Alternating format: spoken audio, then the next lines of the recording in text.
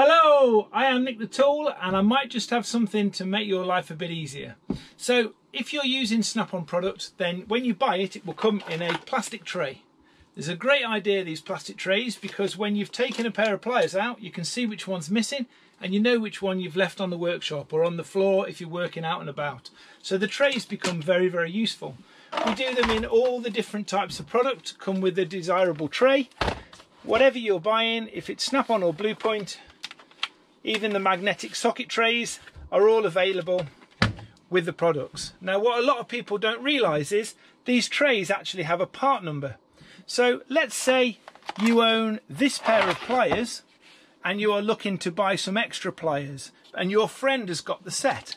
Well, you can either go and buy the set, or on the back of the packaging stamped into it is PAKTY 432, and that will buy you that plastic tray. So now you can actually put your set back into there and build your setup as they come on promotion. If you're using extensions like this, you may find you've only bought one or two and you'd like to complete the whole set. Then all you need to do, buy the tray number. Again, it's imprinted on the tray. On some of our part numbers, the part number of the set will be here and the tray number will be above it.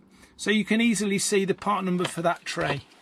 If you're a mobile technician, you may find you put these trays into your toolbox and then as you're driving along over a long period of time, the fatigue of them rattling around on your truck will actually break some of the plastic and they'll start to wear out. If that's the case and you're disappointed, you can now order those trays and it's available on all of our different products. I didn't show you that one actually. So I think on this one it is stamped on the bottom just here.